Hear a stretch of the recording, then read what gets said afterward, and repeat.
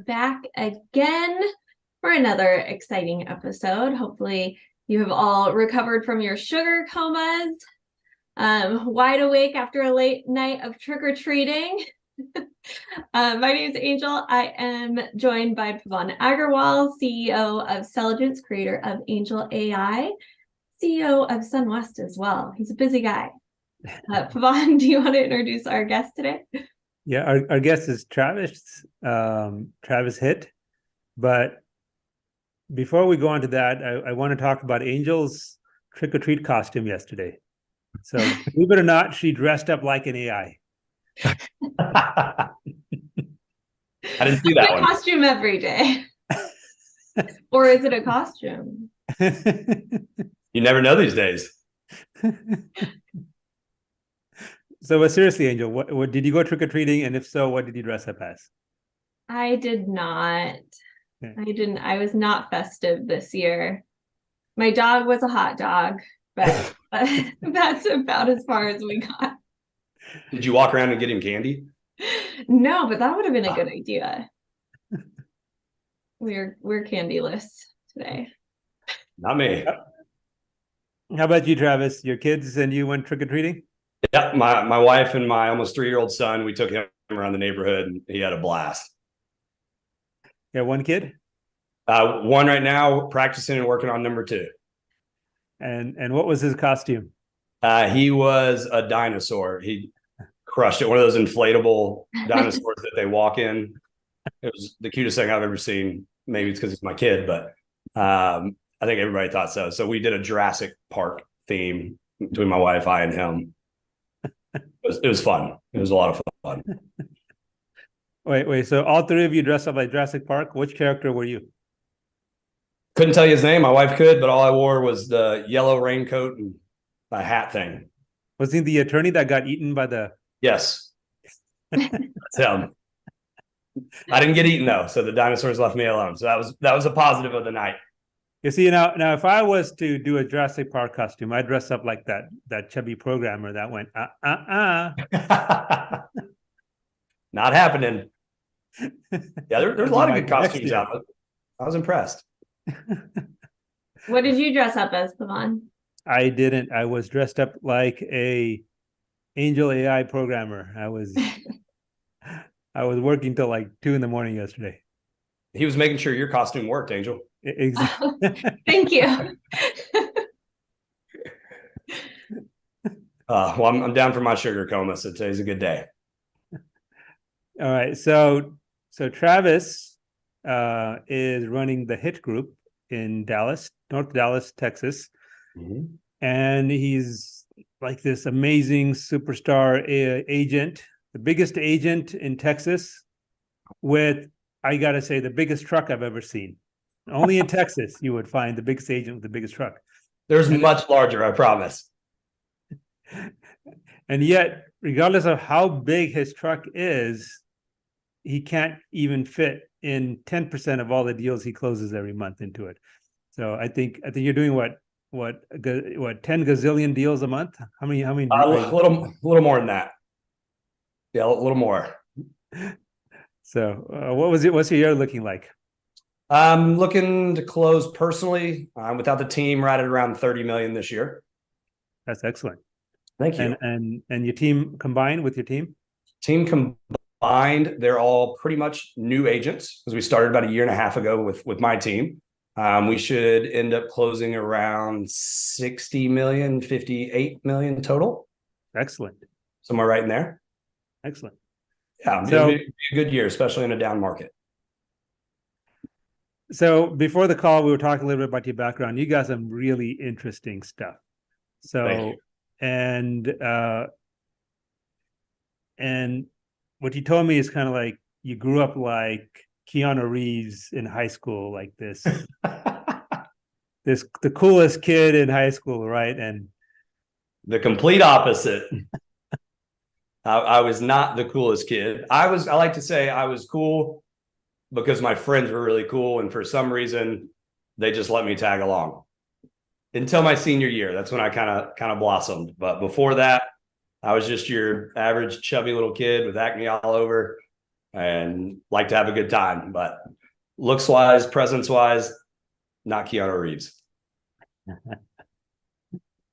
And then what happened between growing up and becoming the biggest agent with the biggest truck in Texas? Who says I grew up? Still working on that, my wife would say. No, yeah. So I graduated high school. I did receive a football scholarship for a D3 school, but I was a very ignorant kid back then, and all my friends were going D1, and so I said, I'm not going D3. That's embarrassing. So instead, I went to community college for a year. Wasn't really my thing. I was definitely not grown up at that time in my life, and so I ended up going into the military, into the Army. Always wanted to serve. Most of the men in my family ended up serving. So I joined the Army and served for 5 years there in a special operations role. All right. So you've seen some pretty exciting things in special ops. Can't tell you. No, we got to do some really fun stuff. A lot of good. Got to travel all over the world, which is really, really cool. But yeah, it was an exciting job. I flew in helicopters in the Black Hawk. So it was fun and exhilarating, and it teaches you a lot about just life and yourself in general. So that's when I started to grow up. So were you the actual pilot, helicopter pilot, or? No, I tell people you have to go to school to be a pilot, and I failed at that. But I got to tell the pilots what to do. I was what's called a crew chief or a door gunner. We sit right behind the pilot. We make sure the aircraft runs, make sure it's up to date, make sure they're doing everything they should. So I don't know why you don't need college for that, but that's kind of what I did. It was a lot of fun. I got to hang out the window rather than stare at a window. Okay. And anything else interesting happen in those years in service? I mean, there's a lot of things interesting. I honestly can't tell you about a lot of the interesting things, but mainly just the stuff that we got to see, do, fly around. We worked with a lot of Navy SEALs and special forces. So it was fun doing all their training. We'd fly out to the mountains, and I'd kick them out of the helicopter, and they'd rope down 14,000 feet on top of the mountains, and all sorts of water training, landing on ships in the middle of the ocean. So it was a lot of fun what we got to do. Okay. Yeah. And how did that training help you become so successful today? So a lot of people ask me, did the military help you gain discipline? And I tell a lot of people, my parents, my dad really instilled discipline in me, but it was the first time really in my life that I had to use it, or consequences would be a lot more drastic than like in high school or in college. I mean, you're talking life and death. So I think I had a lot of discipline instilled in me, but it was the first time in my life that I had a choice, but I didn't really have a choice if I wanted to live, to instill that discipline, to really put it to work. So it really helped me become far more disciplined than I was by setting up routines, being placed at a certain time, doing things safety wise that really was life and death. So I had the discipline, but I really got to put it to use, it helped me a lot becoming a grown up and in the career that I chose of real estate. So it did. But other than that, honestly, a lot of people need the discipline, and the military really truly helps with that. I was taught it at a young age, which was great. So a lot of it was just a lot of fun, but a lot of scary stuff too, that you had to be very precise and disciplined while you were doing the action. Got it. And speaking of scary stuff, now we met just a few days ago at the Mindset Summit conference. Yes, sir. And you were telling me before this call that it was something that was pretty scary for you. Oh, 100%. You put me in a helicopter at 14,000 feet, I'll open the doors and hang out by a toe. But you put me in front of 100 people listening to me speak, and I'll be bloodshot red and need to go to the bathroom every second. Truth. Yeah. So so how did you overcome this was your first time public speaking? First time public speaking on a stage that size. I have spoken in front of smaller communities, smaller classes of agents, things like that, but never in a big public setting on a stage. I don't know why you raise the floor a few feet and it makes it more scary. Because then easier to fall off that way. That was one of my goals, was not to fall off, and somebody actually did before me. So that I was I knew if it happened to me, it was fine. Someone broke the ice on that. Yeah. I thanked him for it.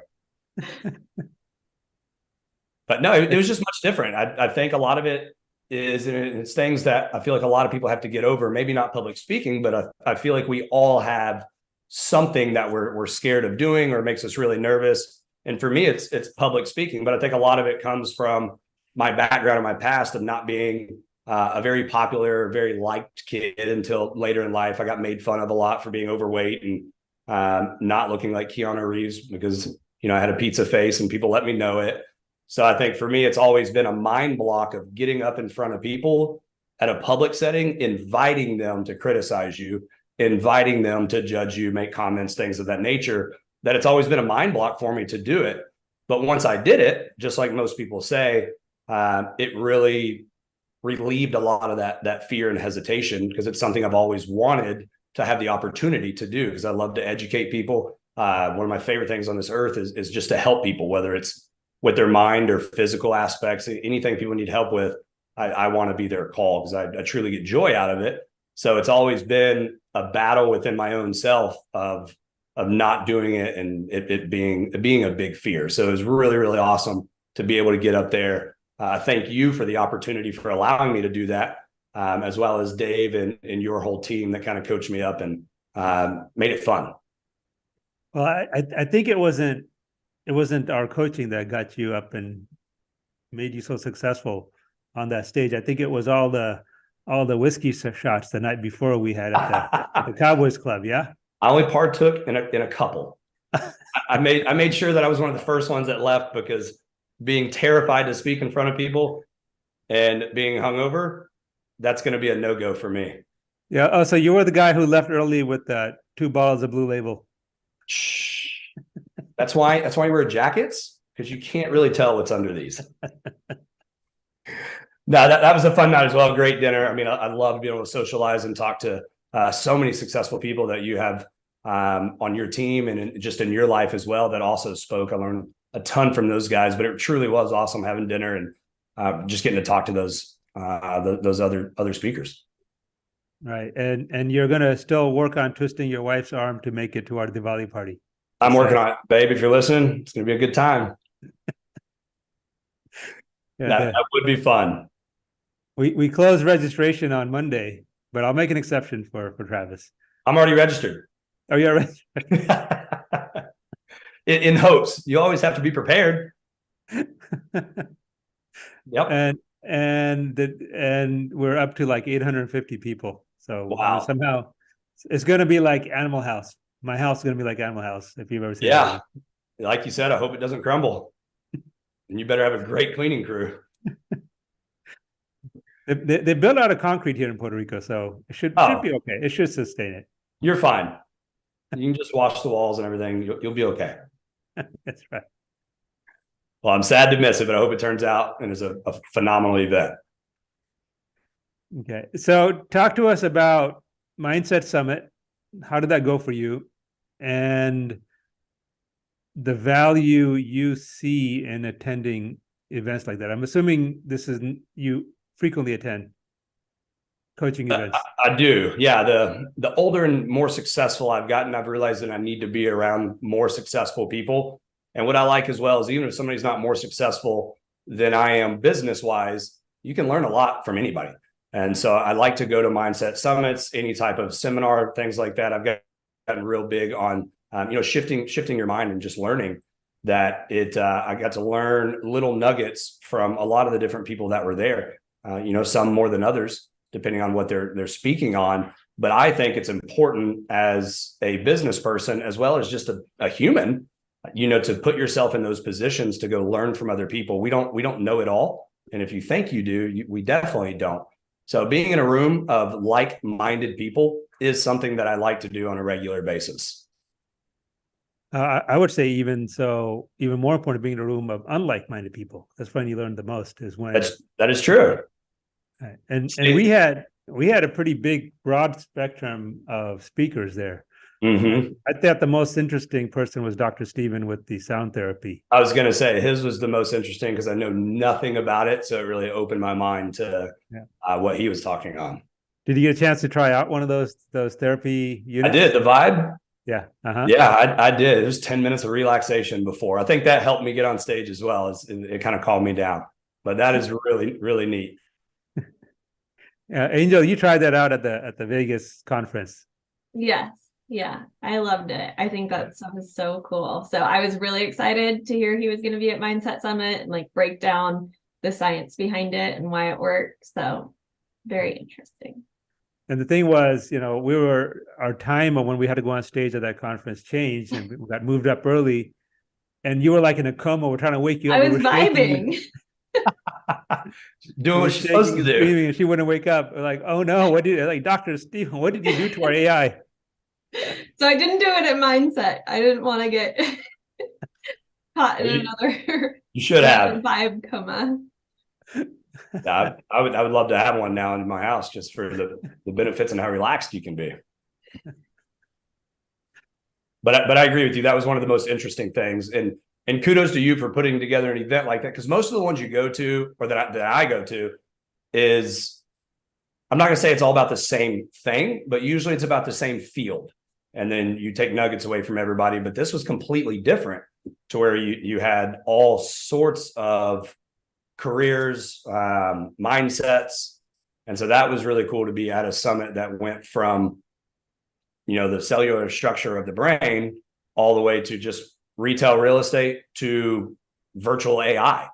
So it was really neat having many different categories of business and experience all in one room. Awesome. So I was just checking the comments. You all don't forget to like and subscribe. And we are live and we're looking at your comments. So please ask questions, get involved, get engaged. I'm an open book. It's all part of the learning experience. You've got one of the greatest real estate minds here. Right. And as they say, mind is a terrible thing to waste. Don't waste this opportunity to learn from Travis Hitt. I will do my absolute best with whatever you ask. So I think you told me, like, from that conference, you made a new connection, right, with a new realtor? Not a new realtor. It was a realtor I did business with. And she just texted me afterwards saying, how well I did. And she enjoyed hearing what I had to say. So that helped me solidify just in my own brain that I didn't sound like an idiot, and that maybe potentially I did a good job. And my thing going into it, even having all the fear, because a lot of people say they don't really want to speak, and then they're just completely natural at it. But when I say I have a fear of public speaking, like I really did. It was tough. So for her to solidify that I did a decent job, my rule of thumb that I wanted to do, I told myself, I said, as long as I can say one thing that may help one person, in my opinion, that's a success. So no matter what we do throughout the day, wherever you are, whatever you're invited to, wherever we plant our feet, if we can help one person in one area of their life, then I think we'll have a everlasting successful life. Yeah. And the other thing I noticed is that you came in early, and you stayed till and you listened to all of it and stayed till the very last presentation. Yes, sir. And the common thread I saw was all the big producers did the same thing. The room thinned out towards the end.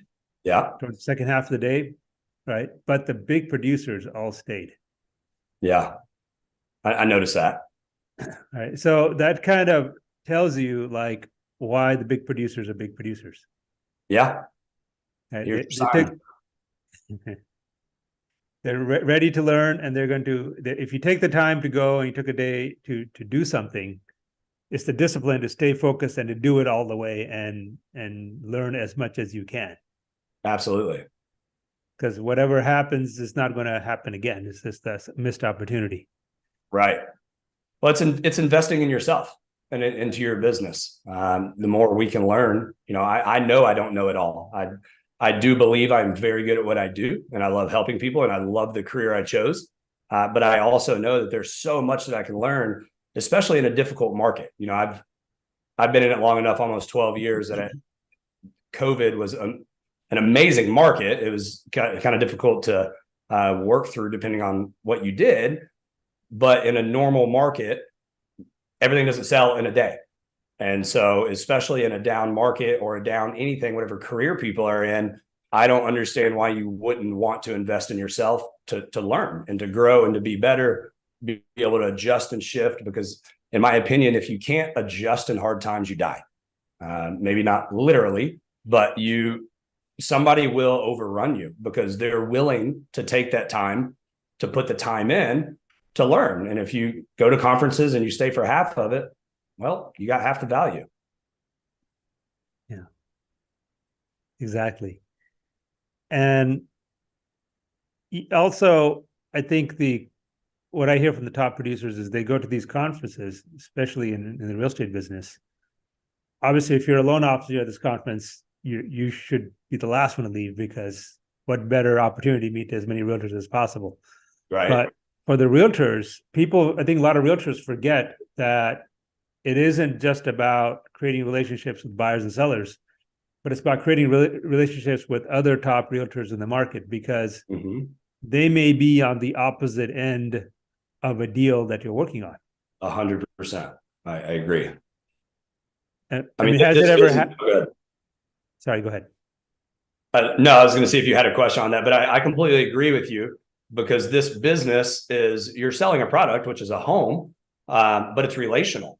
And the more agents that you know, it truly does help. If, let's say I'm selling a house and I'm listing it and another agent schedules a showing, if I know that agent or I had a very smooth deal with them, whether it was 6 months ago or 6 years ago, well, I would hope they present an offer, and it's just going to make it so much more smooth to get theirs accepted potentially.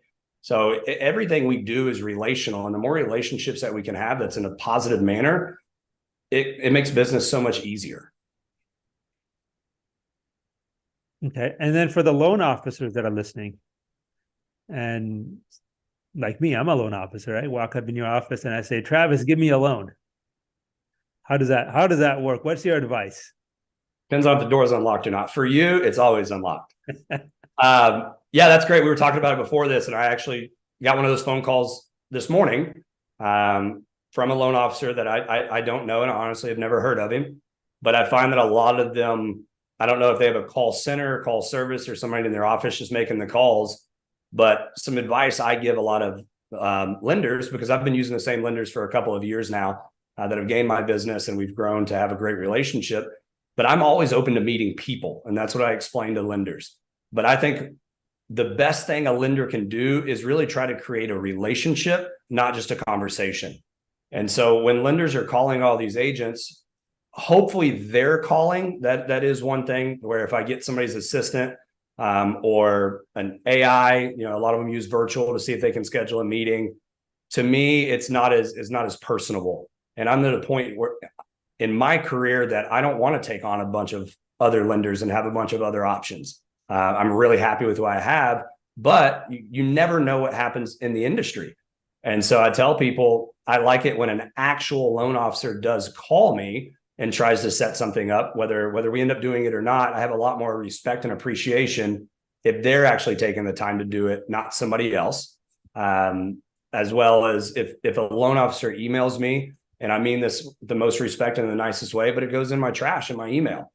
Because if they can't take the time to actually communicate with the person that they're wanting to do business with, how are they going to communicate with my client?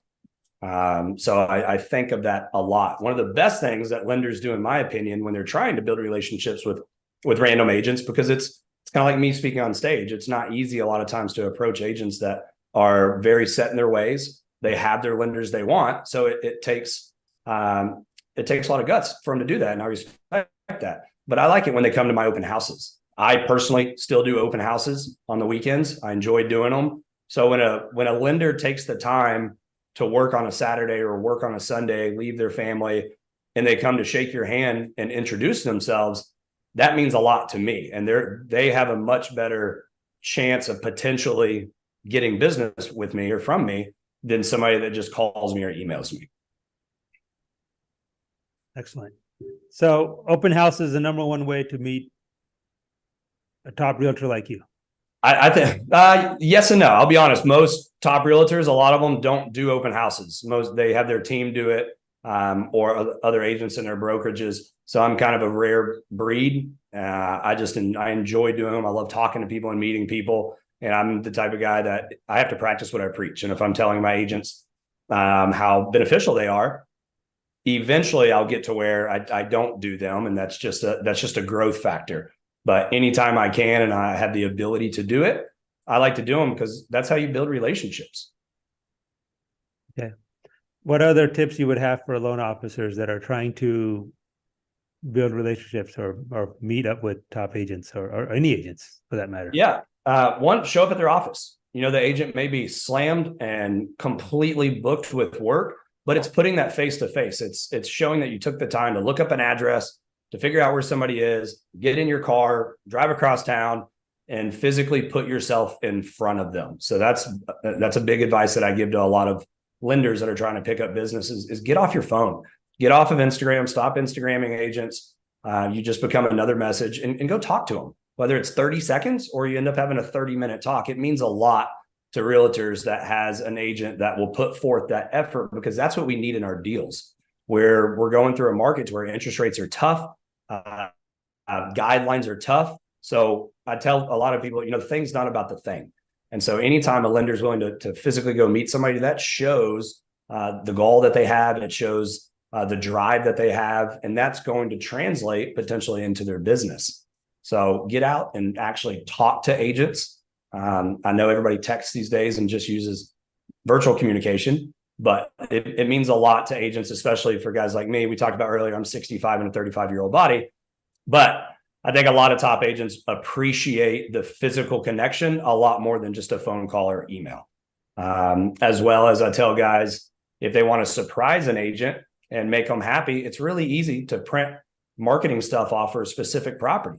So go into your database, find the agents that are having open houses, print off fee sheets, print off calculations, print off projections that are based on that property that they can hand out at that open house. Because a lot of people come in, and I do this before I go, but I have a range of what the potential cost of that home would be, mortgage wise, taxes wise, down payment wise, things like that. But a lot of agents don't have that.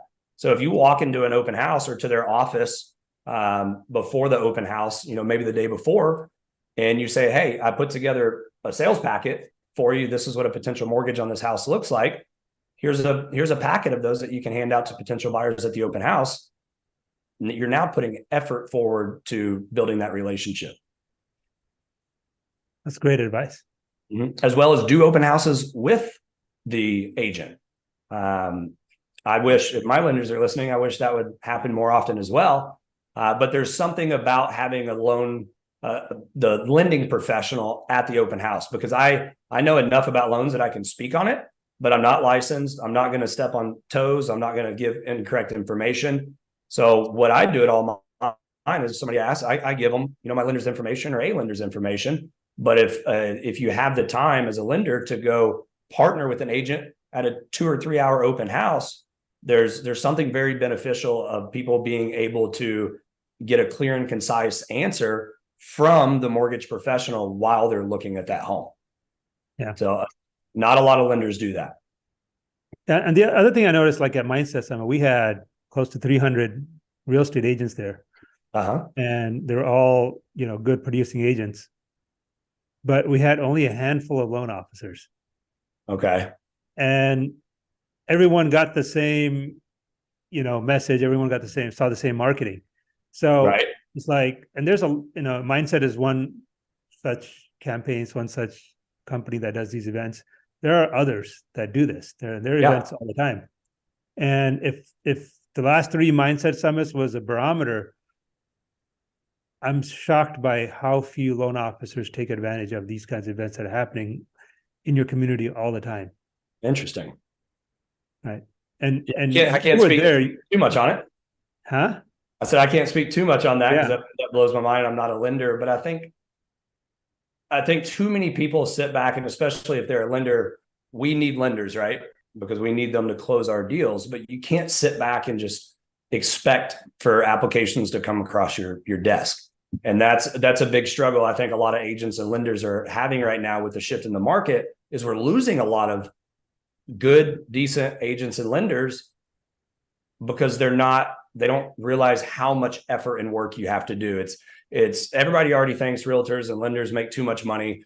But if they could follow a top producing lender or a top producing agent for a day or a week, I don't think they would say that anymore, because they would see actually how much work we do put in effort and work and calls and strategizing and advising. So applications aren't just going to come across all these lenders' desks. That you have to get out, you have to learn, you have to grow, you have to gain knowledge, because that's what us as agents.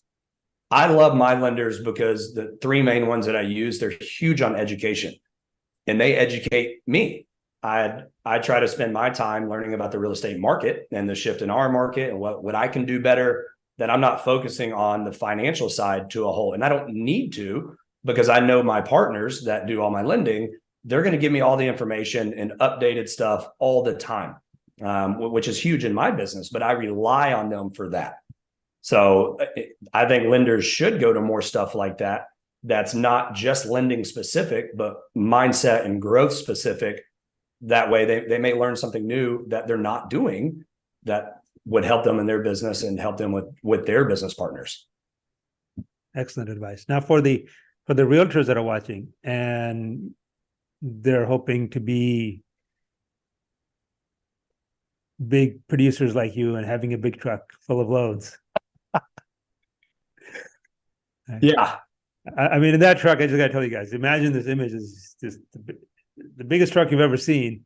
And the back, the flatbed had so many deals that were just falling off. He was driving, it was just like all over the freeway, and he didn't care. There, hundreds of deals falling off. He didn't care. There'll be more. Yeah. They'll come. Hey, we like our diesels in Texas. We liked them. Really liked them when the prices were less than gas, but not anymore. But yeah, realtors, definitely. I mean, the one thing I like about real estate is nobody tells me what to do. But I find that that's also one of the biggest struggles that a lot of realtors have, is not being told what to do. Because nobody tells me what time to wake up and eat my Wheaties and put my shoes on. We have to do it ourselves. And when there's not a lot of business, you have to be able to find a way to stay motivated, even though the business may be shorter than it usually is. Well, that right there is my motivator, because I have a beautiful family that I love, that I know I need to protect, I need to provide for. And so that's my why. But too many agents don't want to put in that effort because you're not getting paid for it. And we don't have a 9-to-5 job to where if you put in 10% effort in a day or 95% effort in a day, 9-to-5ers are usually making the same amount. That's not the case with our career and our job. So I find that your top producing agents, they're constantly trying to grow. They're constantly trying to learn new avenues of business, new strategies, and they're willing to listen to other people so they can be better. And it's, to me, that's kind of backwards, is that the top of the top are very willing to listen, attend, and learn from others, to where people that aren't as successful, they kind of give a pushback and they want to disagree a lot. They want to say, this is the better way to do it. Well, I'm going to be honest with you, not everything I heard at the summit do I agree with or would I implement, because maybe it doesn't work for me. Maybe that's not the way I do my strategies. It's not the way that I conduct my business, but you learn a ton from those people as well. And you don't have to, I think too many agents think, oh, if I go to this and I spend all day, what am I going to get out of it? Well, if you don't go, what are you going to get out of it? And so I'm really big on being at those summits. And especially if you're a brand new agent, I mean, one of the biggest things that I coach is stop looking at the commission structure of a brokerage. And that's why you sign, because you're not going to make a dime if you don't have the education and you don't have somebody that can help you out. So in any mindset summit, any type of conference, convention, it's just a benefit, I think, for agents to go at or go to learn, as well as meet people. So when you first got into real estate, what kept you going? What kept you motivated through the, it's always hard in the beginning. It's probably went months. I'm assuming it went months like everyone else did. Yeah. Well, I actually started my first 2 years. I started in a investment company. So it was a real estate investment company. We bought and sold ugly homes, just like the commercials and all the signs you see on the street. It was a lot of fun, but it was very stressful as well, because you had to really hustle to get a deal before another guy. sure we don't have 17 hours to explain the whole process. But yeah, it was a struggle, and I was flat broke. I came out of the Army, and started out as just a door guy at a local bar lounge, and then made my way up to head of security, then assistant GM. But I was broke. But I knew I wanted to do real estate, and I've known that for many years before that. So my driving factor was to not have 4 jobs, because that's what I had, 4 jobs at one time. But I needed to do whatever I needed to do to be successful in real estate. But it wasn't easy. I mean, there was a lot of struggles. I had a good friend of mine that is still one of my best friends now, that we used to loan each other money back and forth, depending on whose rent was due first, whenever we got paid. But we worked through it. We continued to work hard and did everything that we could to grow from that. But you have to put that effort in. Nobody's going to hand it to you. At least not anybody I knew. Okay. So how long did it take from you to going into residential real estate to you being like, okay, I'm comfortable? I'm going to give you the honest answer. It took me about 5 years. And that is one reason I have a passion of having a team and helping everybody. I didn't have a big mentor, as well as, again, like we talked about, I didn't really grow up until I was 27. And I can admit that now, to where I was more focused on my real estate commissions. That when I was doing real estate was nice to have a good time. But I remember the day where it just kind of clicked in me that I said, this really is my passion.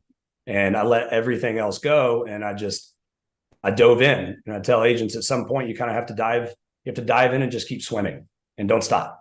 Just keep swimming, and you will end up being more successful than you ever imagined if you continue to just drive forward.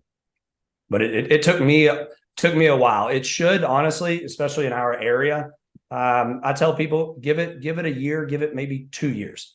And by then you should really start growing if you're listening and learning from the right people. And how does a new agent, or maybe an older, by not age older, but been in the business a while, but they're not really, they've kind of plateaued, they're doing a couple of deals, but they really want to go to the next level. So how do they decide that this is which team they should be involved in? What advice do you give them for them to select the right team to be in to help them grow? Yeah, that's a great question. It's one of the things I talked at your summit. Is I tell people, don't follow your friends. Don't go where they're promising you a ton of stuff, because if somebody's promising you a ton of deals or a ton of commission or a ton of leads, I can tell you right now, it's not going to happen. And too many people follow the diamond, but they're not willing to shovel the rock out of the way to find it. So I tell people, you need to go somewhere that there's no perfect brokerage ever. Even if I started my own company right now, it wouldn't be perfect to everybody. Maybe perfect to me, but to every agent, it wouldn't be perfect. But I tell people to find a place that aligns with your values and ethics, as well as gives you the right amount of training that you need. I don't care what the split is, how much you have to pay for it, because in my opinion, knowledge is a cost, and you should be willing to pay that to be successful. So I think a lot of agents and all the TV shows out there, they don't help, showing you're going to drive fast cars, go to all these expensive dinners, make $10,000 a month when you're brand new and know nothing about real estate. It's a subliminal message. And then when they get into it, they realize it's not true. But and this is my opinion, if you're listening, it truly is important to find a place that you align your values and ethics, as well as supplies a lot of training for you, that no matter what, you're able to ask a question. You don't feel it's like a closed door policy to where agents don't want to help you because you may be a threat. You want to go somewhere that you really align with people you're comfortable with talking to, and you feel that they're going to help you in your business. Now let's be real. Now, last week we were driving fast cars and having fancy dinners. Well, been doing it 12 years, so hopefully I get to. That is a perk. Didn't happen for me in my first year. That is a perk. Yes. Yeah. It's a long road. It's a long road to get there. That's right. That is true. Yeah, and actually, I like your point about don't follow the giveaways, the fancy shiny objects that brokerages sometimes offer. Some brokerages do that. Yeah. They basically try to buy you. And in the lending business, we see the same thing. In fact, just 2 days ago, there was a big expose in the Wall Street Journal about this. Okay. About lenders, some of the big lenders have been basically trying to buy originators. And a lot of originators got seduced by those checks. And then when they get there, their businesses get destroyed because those checks have got to be paid somehow. So it's bad pricing, bad service, no coaching, no nothing. Yeah. And so you got a bunch of money, but now your whole career is destroyed. And I agree. This is not the market to be burning relationships with your realtors. Yeah.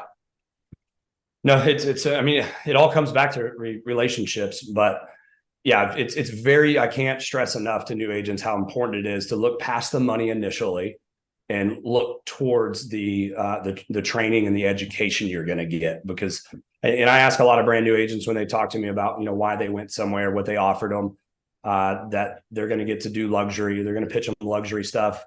And I ask them a question, in a luxury home, can you point out all the different appliances that you're going to show? And I can say 98% of the time, the answer is no. And so I try to tell agents to act like they're on a horse and just pull the reins back. You're gonna get to the end of the trail, but it's okay to get there a little slower initially, to do it the right way. Because again, if you talk to someone and you don't sound like you know what you're talking about, doesn't matter how many people you talk to. It matters how many relationships you can actually grow. So you have to have the knowledge to be able to speak on it, especially in our industry with how many agents there are. I mean, when I started in 2011, 2012, we had about 66,000 agents in my general area. Well, now we have over 140,000 agents in that same area. So I tell people you have to figure out a way to put yourself above somebody else when you talk to them at a restaurant, when you talk to them at a bar, at the grocery store, at church, whatever it is. If you know the knowledge, the business will come. And speaking of knowledge, so Mindset Summit, we were talking about before this call, you were most excited about the AI that you picked up. I was. Yeah. And that's very rare for me. I'm a very old soul. Technology is not my thing. I have somebody that I hired to do all the technology. It's not something that I spend the time to learn enough. I like to do what I'm good at and have other people within my business do what they're good at. But for some reason, the AI really intrigued me. And I think one reason is the more successful that I get, the more people I'm able to help. What can I do to be more efficient to continue to help more people? And once I saw the capabilities that you built just within your platform, and then what AI can help us with now, it really opened up a lot of thoughts and conversations about how can we utilize this to not take away from our service, but to better our service to our clients and staying in front of them. Yeah. So it's been, I think, exactly a week since Mindset Summit, right? It was last Thursday. Yeah. Mm-hmm. So, and since then, have you had a chance to play around with AngelAi? Oh yeah. Yeah. I mean, I was playing with it during the conference as well. While I was learning, I can multitask, but we played with it then. And then I had my whole Monday meeting with my team this week about AI and just about the technology around that. So it struck up a lot of good conversation, a lot of good questions, but it's pretty neat what you built and what you're a part of. So did Angel get mad at you at all? No, I tried. and I like that because I can make a girl mad real quick. But no, it's so smart. It's incredible what she can do. And question with that is because we were kind of playing with Chat GPT and is it Bard or Baird? I don't know how to pronounce it. Uh-huh. And then AngelAi. Is AngelAi more around just the mortgage side of it, or is it more of a generalized search platform, kind of like Chat GPT to just talk to? Yeah, no, it's all around mortgages and real estate. Okay, it's hyper focused on finance. So, we're not in the space to compete with ChatGPT or Google on their AI. Their direction is different. They're trying to build what's called artificial general intelligence, AGI. Okay. So that's their mission, which is it's going to take time, and that's a whole different kind of mission. And I want to build something that people can use today. Yeah. Right? And that can add, like, that can save a lot of time for professionals today, like right now. Mm-hmm. Okay? And so general intelligence means building one AI that can work, that could do anything a realtor wants or everything that a dentist wants. Right. Okay. And my AI focuses on solving specific problems, okay, for professionals or for whoever, and every problem that I solve can be generalized to a broader audience. So for example, AngelAi does lead prospecting. Mm-hmm. Okay. So, and we offer that service through AngelAi for real estate agents and for loan officers. But every business needs lead prospecting. Yeah, Every business, you're not a business if you don't have customers, right? that's Every true. business needs to stay in touch with the customer. Every business needs to do some form of prospecting at all times. So we're in the process of generalizing that so it can work for any business, and a general release will be out soon. So Oh, nice. the way we're doing it is we started from finance and real estate, and all the different use cases in finance and real estate. We are systematically expanding that so that it could work for an entire market. Okay. And if we can do it for finance, and mortgage finance is the hardest and the most regulated, and you can't get it wrong ever, right? And as a real estate agent, Yeah, what happens when a lender gets something wrong, right? I won't talk about that. Yeah. We've got lots of lakes here. No, but you're right. If you can conquer that, then you can do much more after that. Exactly. You can conquer any industry, and that's so our strategy is different. Is to go from the hardest use case, the specific, and expand it out to the general. Okay. Okay, and Google and Microsoft, OpenAI, they're going the other way. They're saying, let's solve the general problem, and we'll find ways to use it for the specific. Gotcha. Well, I love what you created, being specific for real estate, because there's such a large need for it, that it's nice that it's not as generalized to everything public. It's very specific for the industry. So I love it. Looking forward to using it. If you're a realtor or a loan officer on here, I'm not getting paid to say this, but go download the AngelAi app. It's a lot of fun just to play around with. It's even more fun to see the capabilities that it has and the amount of time that it's going to relieve from us, our clients, as well as mainly the lender. Okay, well, we got about 10 minutes left. So why don't we hand it over to our trusty sidekick? She's been hanging in there. Can I ask you one question before we go to that real quick? Of course. I know realtors and lenders will want to know this. On the app, because I know you obviously have SunWest Mortgage, but there are going to be some people out there that the biggest question that I got with my team is, can we use this with our lenders? And I believe from the conference, you can. SunWest is always available, and he has an amazing guarantee behind it as well, that you should know. But how does that work, being able to somehow line it up with somebody's personal lender? Okay, so we have a program that we launched in September for any lender.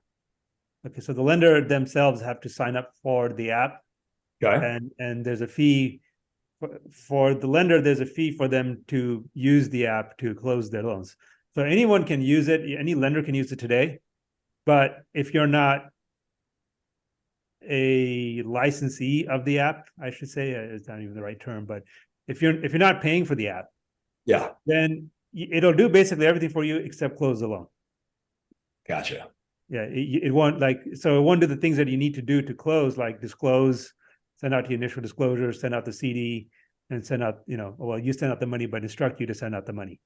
Okay. So the main things that a lender would need is not available unless they sign the license agreement and pay the fee, and then they can do it. Yeah.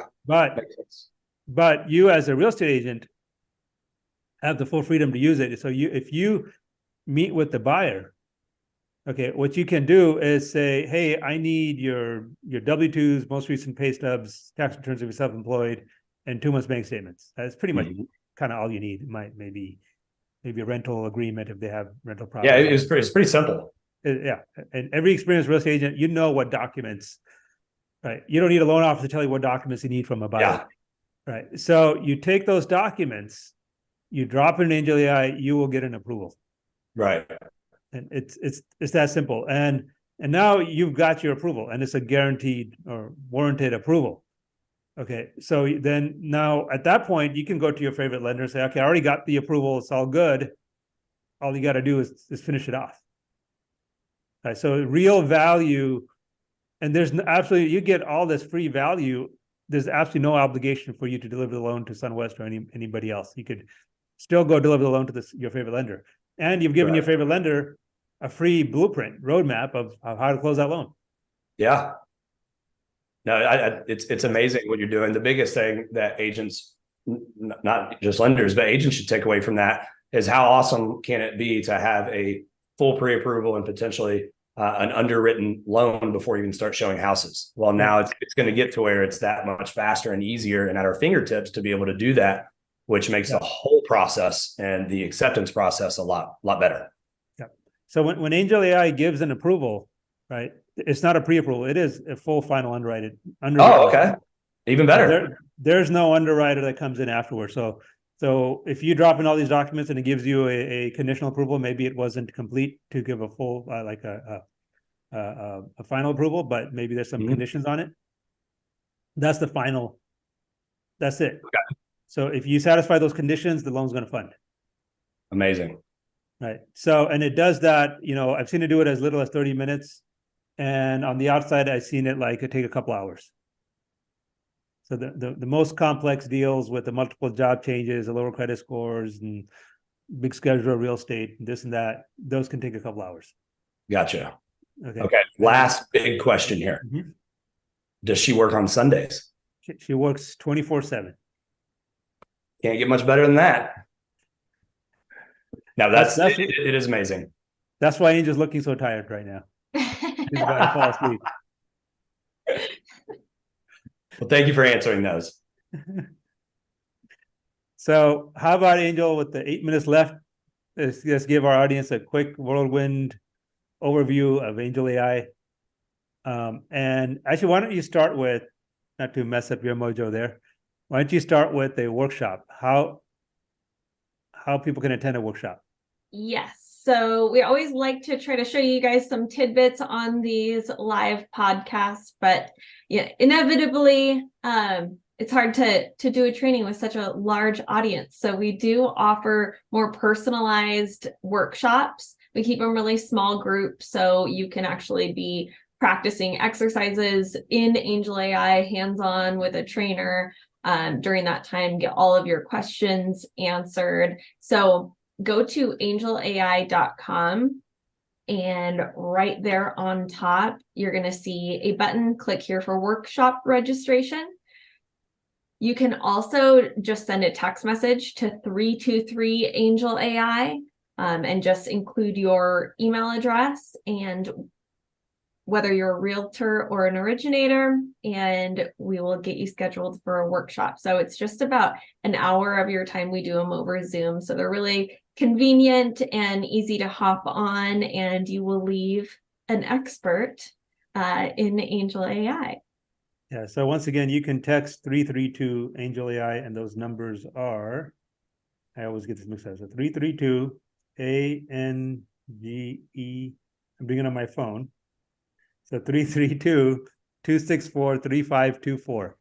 So if you send an SMS to that number with your name, your email address, and which hour you would like, because we do these every hour at the top of each hour. So date and hour that you would like your workshop, and we will have one of our esteemed angel coaches give you a 1 hour coaching session on AngelAi, and you'll learn all the basics, and it's pretty much all you really need to put your first deal in and get your first approval out, or to get your lead prospecting going, or to get a listings website going. So And Right. if you're really adventurous or eager and you want to try it out now, from angelai.com, there is a button there that says Ask Angel AI Now. And we heard it from Travis, not a big tech guy, but you were able to just pick it up at the conference, right? Yeah, just Without download any it. training. Yeah, download it right in the App Store and just start playing with it. I love it. You're not a big tech guy, but you trusted your life to these high-tech helicopters. They're pretty low tech, unfortunately. We need to get better at it. But now I'm going to start trusting my life to AngelAi and my approvals. But yeah, it really was easy. So if you're not signed up, I highly, highly recommend it. Again, no benefit to me for saying that. It's only because of how easy, how user-friendly it was. And that's a big thing to me, because if I have to spend a lot of time learning it, it makes it more difficult, and I just don't have a lot of time. So kudos to y'all for what you created, being so user-friendly and easy for anybody to understand it and use it. Excellent. So did you and your team order your t-shirts from it? No, I was too focused on asking her questions. I She get a gives t-shirt away too? Yeah, she gives away these t-shirts. And you probably got some at the conference. We're giving away. I was going to say, I got one at the conference. Right. But literally anyone listening can go to AngelAi and say, I want a t-shirt. And she'll ask you for your size, your mailing address, and you'll get one in the mail. And then you too can dress up as an AI programmer next dress up holiday. So she works 24/7 and gives you free clothes. Yes, Perfect. exactly. Yes. You get free t-shirts. And if you put one of those t-shirts on, I promise you won't become as ugly as me, but you might look as good as Angel. So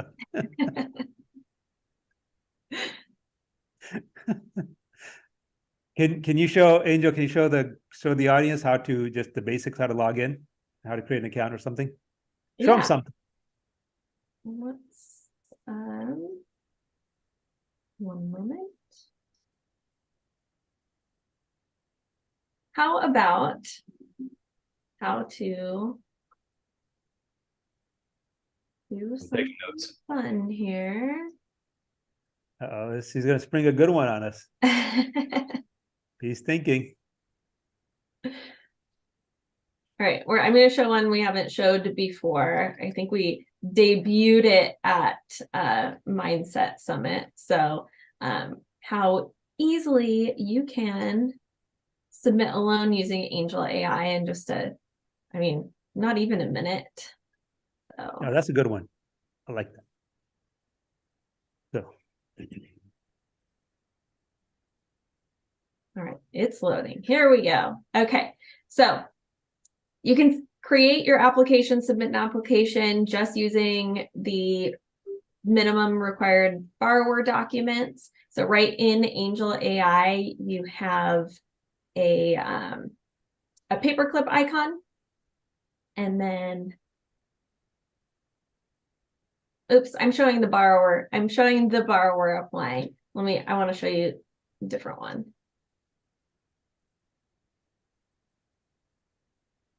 Let's see.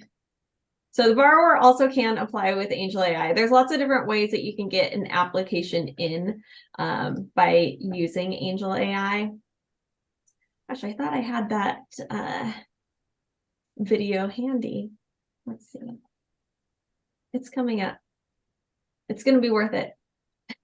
But you can give AngelAi documents using that little paperclip icon.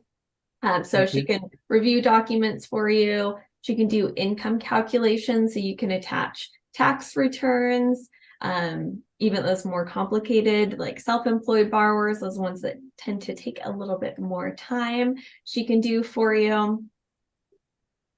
This is how we know Angel Elliott is a human, not an AI. She Yes. makes mistakes. That's how you know my AI costume was just a costume. All right, so here is how you can create an application just with your borrower document. So I just tell her, create an application using these documents. I hit that little paperclip icon and I give her all of the borrower documents that I have.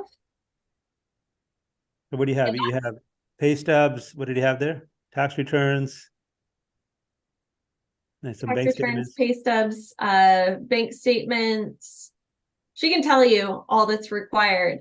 But so in just like literally seconds of your time, you can get that application created and get everything moving. Whereas traditionally, you got to go back to your office and do a lot of data entry and analysis on your own, calculation on your own. So here, AngelAi said ETA for having that application created, 20 minutes. But it took 30 seconds of my time once I found the right video. And you don't have to, like, if you do this on your phone, you don't have to sit there and stare at your phone for 20 minutes. It'll send you a message alert when it's done. And also, here's the big advantage to both realtors and loan officers is you end up losing a lot of good faith with your customers. If you send them, and mostly everyone sends their borrowers a online application link, and now the borrowers are on their own, and you end up losing a lot of good faith with them. Because they're like, okay, if I've got to do all the work and fill in the application, then what the heck are you doing? That's the mindset. Okay, but if instead you tell them, you give them the AngelAi link and you say, hey, can you upload these documents? And you can, AngelAi has a feature which is called invite friend. So you, Travis, if you're trying to get a borrower qualified, a potential buyer qualified, you go to AngelAi, you click invite friend, and you put in the contact of your customer, and AngelAi will send a text message to them, and they'll join the conversation with you. So now it's you, your customer, and AngelAi all talking to each other. And you can help that person along and say, hey, can you please upload these documents in here? Hit the paperclip icon. So now you're never losing touch of the customer. Yeah, I love that. Because I was going to ask how that works, because if I go do everything myself with the documents, there may be some questions on the financial side or child support or business or whatever that I may not be able to answer. So I was going to ask, is it best just to send the app to our clients and have them do it? But I love the ability of being able to work it together. Yes. But have them on it. Right. You can have a three-way conference call, a three-way conference chat with you, the buyer, and AngelAi. And if there's a husband and wife, you can add as many number of people onto it. Right. Cool. And then you can ask AngelAi the questions like, this person's was out of work for 6 months due to disability. What do I need to do now? I'll tell you what document you may need, and tell you what the issues are, and so forth.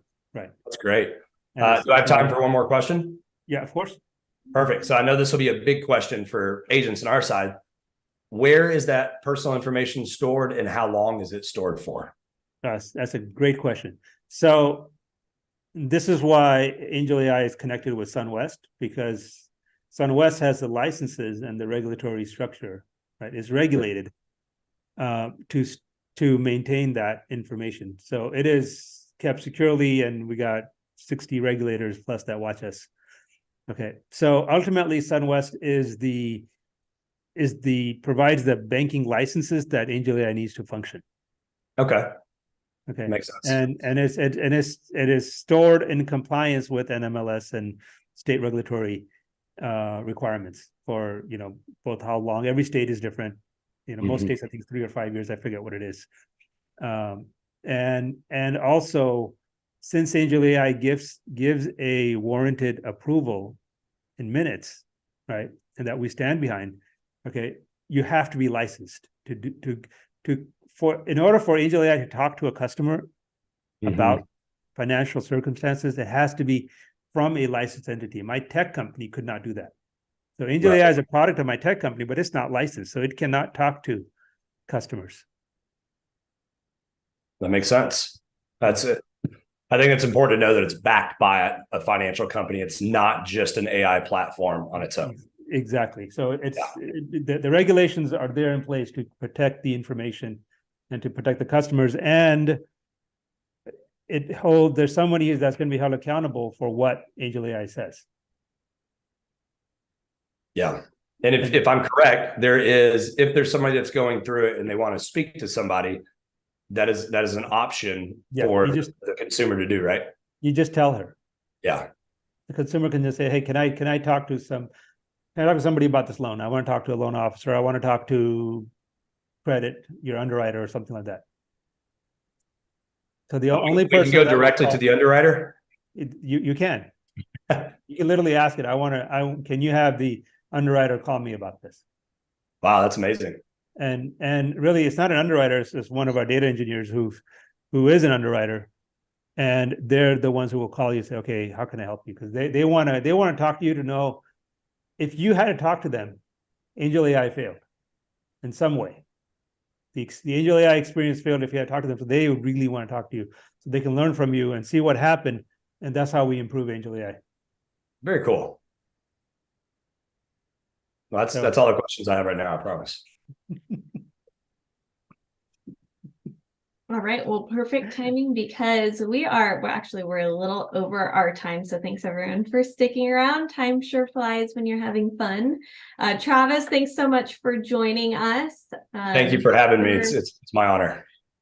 Make sure you guys all tune in next week. Pavan, will you be fully recovered next Wednesday from your Diwali party?